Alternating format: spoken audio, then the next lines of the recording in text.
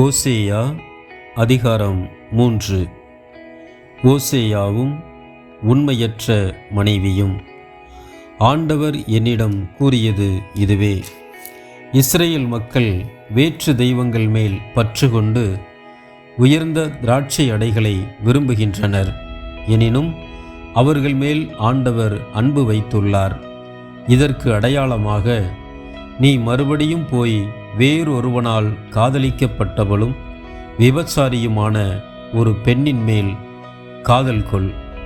அவ்வாறே நான் அவளை 15 வெள்ளிக்காசுகளையும் 1.5 கலம் அளவுள்ள வார்கோதுமையையும் கொடுத்து எனக்கென வாங்கி கொண்டேன்.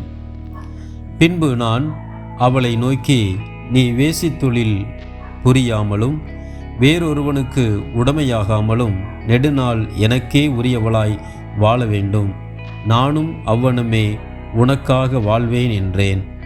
இஸ்ரேல் மக்கள் பல நாள்கள் அரசனின்றி, தலைவனின்றி, பலியின்றி, பலிபீடமின்றி, குருத்துவ உடையின்றி, குலத் தெய்வச் சிலைகளுமின்றி இருப்பார்கள்.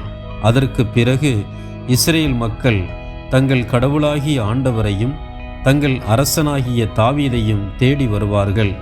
இறுதி நாள்களில் ஆண்டவரையும் அவர்தம் நன்மைகளையும் நாடி நடுக்கத்தோடு வருவார்கள்.